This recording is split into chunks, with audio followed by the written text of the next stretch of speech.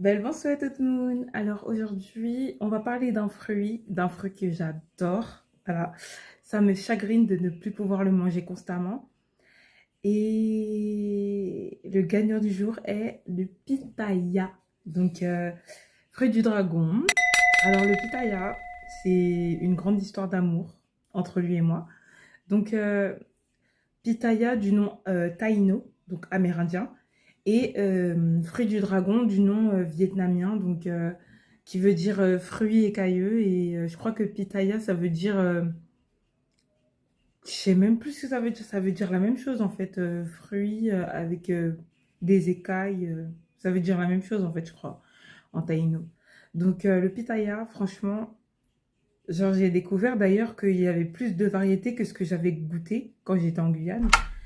Et en Guyane, ça coûte vraiment pas cher, tu vois, mais va essayer d'acheter du pitaya en France, c'est mort. L'autre jour, j'ai eu l'occasion d'en remanger. J'étais trop contente. J'étais au resto asiatique et donc ils avaient tellement de desserts, etc. Mais moi, je peux rien manger parce que je suis intolérante puissance 1000 au lactose. Donc, il y avait des fruits. Quand j'ai vu des morceaux de pitaya, je me suis dit, pardon. Et celui qu'ils avaient, c'était celui à la chair blanche et au dos rose. Donc le pitaya, c'est un fruit tellement attractif. Quand tu le vois sur les marchés, tu te dis, mais attends, c'est quoi ce fruit? Je le veux, tu vois. Il y en a, ils sont vraiment lourds. Il y en a, ils sont à 350 grammes. Il y en a qui sont à 200 grammes.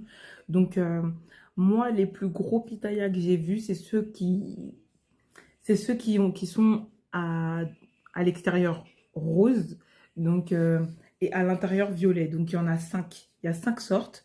J'en ai goûté 3 sortes, en fait. Donc, il y a le pitaya rose à l'extérieur et blanc à l'intérieur. Donc, la chair blanche. Le pitaya rose à l'extérieur et violet à l'intérieur. Donc, ils ont tous des petits pépins, un peu comme le kiwi qui se mange. Et, il y a aussi le pitaya à extérieur jaune et à chair blanche que j'ai aussi goûté. Et dans ceux que je n'ai pas encore goûté parce qu'ils sont plutôt commercialisés et produits au Mexique et en Colombie et à Trinidad surtout aussi. Euh, c'est le pitaya extérieur à l'extérieur blanc et le pitaya à l'extérieur vert. Donc, il y en a 2 sortes apparemment à Trinidad, donc je sais pas comment est la chair parce que bah, je les ai jamais goûtés.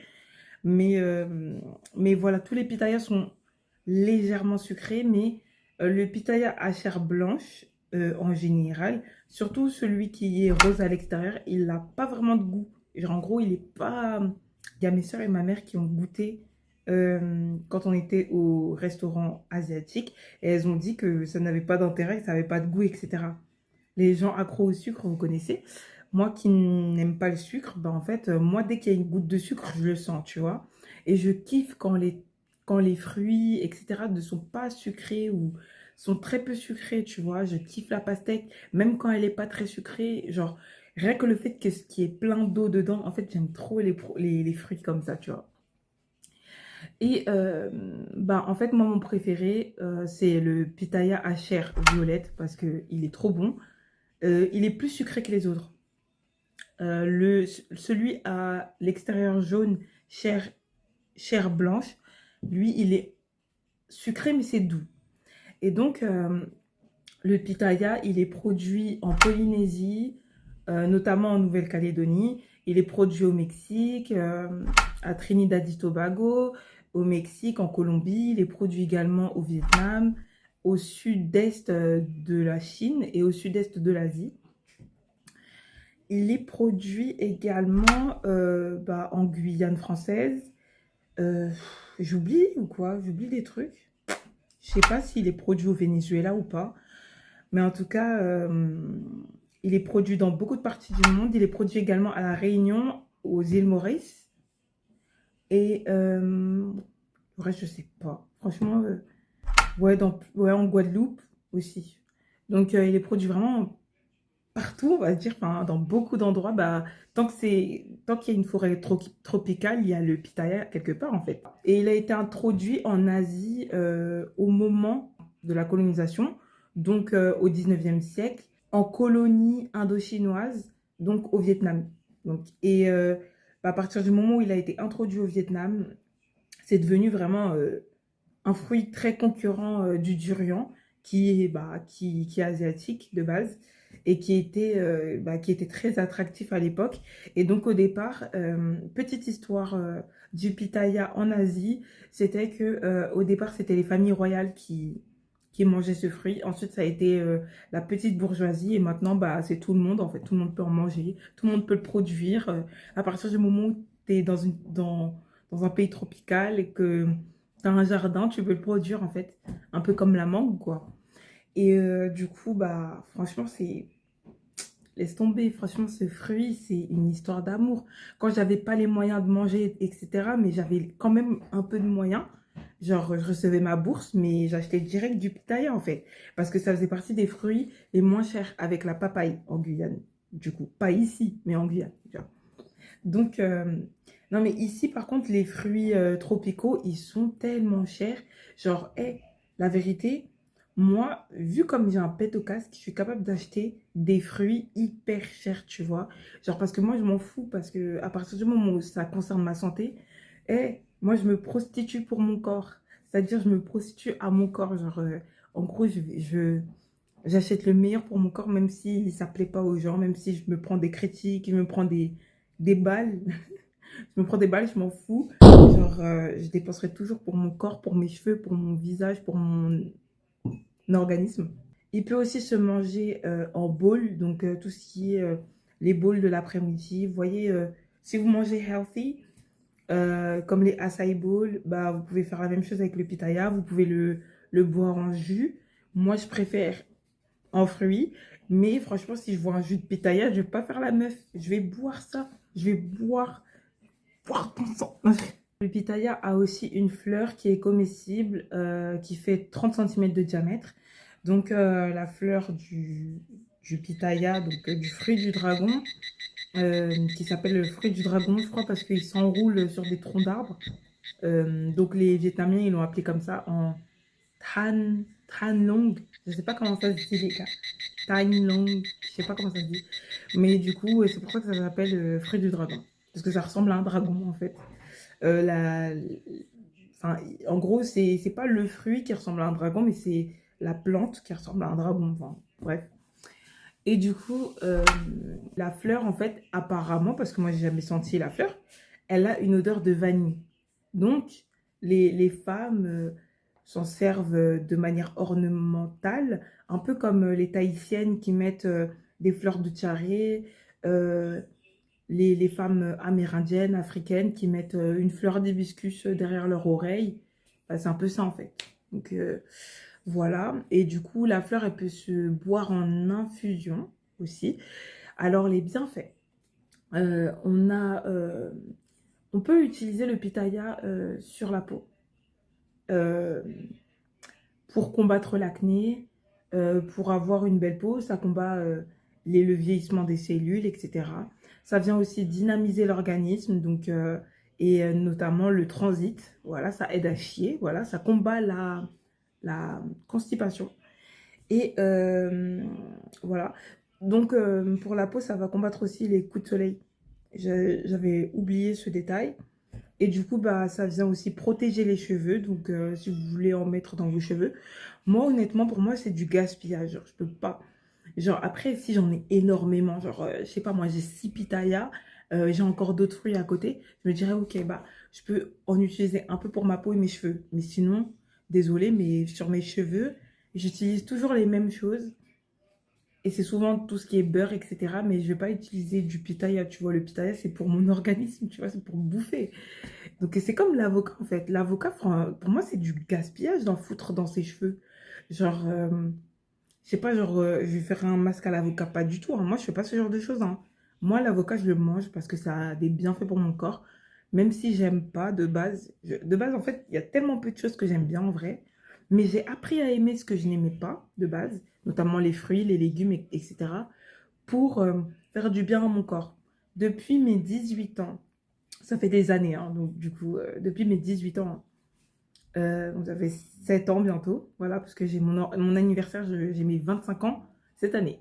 Donc, depuis mes 18 ans, les gars, j'ai appris à être au service de mon corps, genre à acheter que des trucs que j'aime pas manger. Et voilà, en fait, même j'ai appris à manger du melon alors que je déteste ce fruit. C'est vraiment un fruit qui me dégoûte.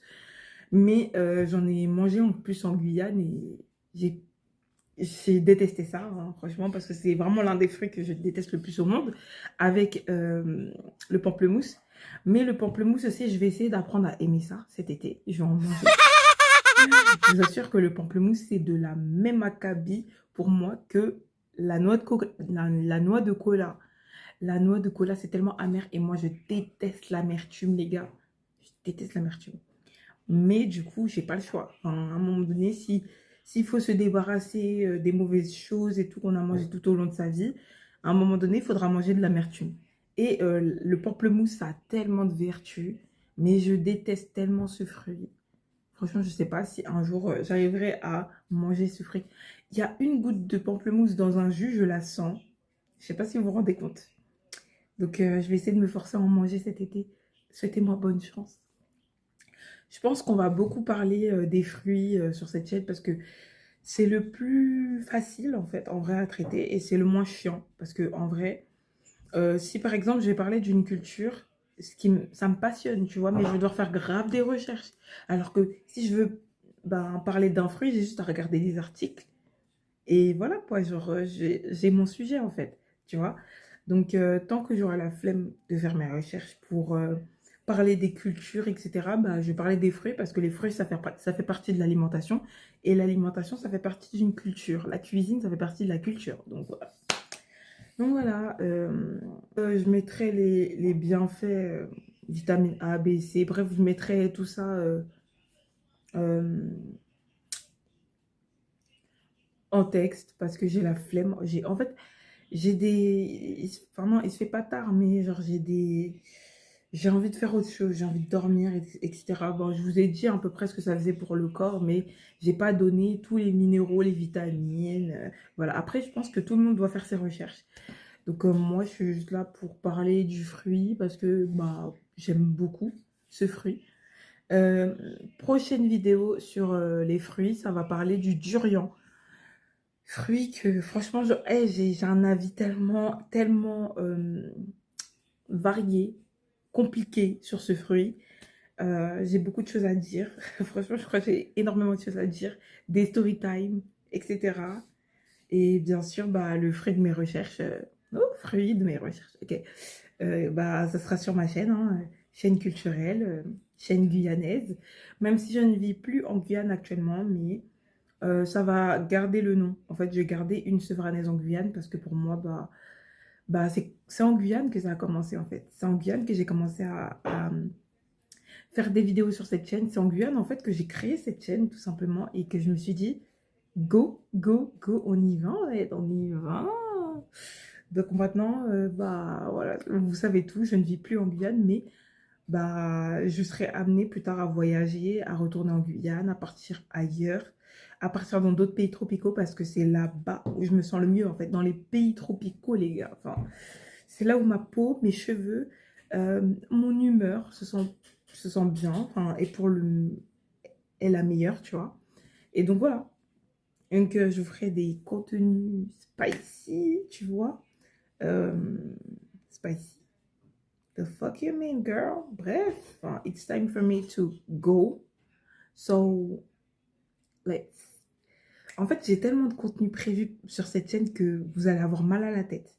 Genre, je vais faire des contenus vraiment sur les cultures, je vais faire des contenus sur les accents, accents jamaïcains, créoles, etc. Je vais parler de plein de choses. Je vais parler de cuisine africaine, cuisine caribéenne, cuisine. Je vais parler des cultures amérindiennes, des cultures polynésiennes, des cultures africaines, des cultures asiatiques. Je vais parler des cultures qui me font du bien, en fait, qui me donnent envie d'aller découvrir les gens. de ces cultures-là, des cultures océaniennes, les gars, des cultures des îles de manière générale. Oh my god. Il faut pas que je spoil trop ici parce que, girl, you better, baby, you better. Merci de m'avoir écouté. On se retrouve pour une prochaine vidéo et au revoir.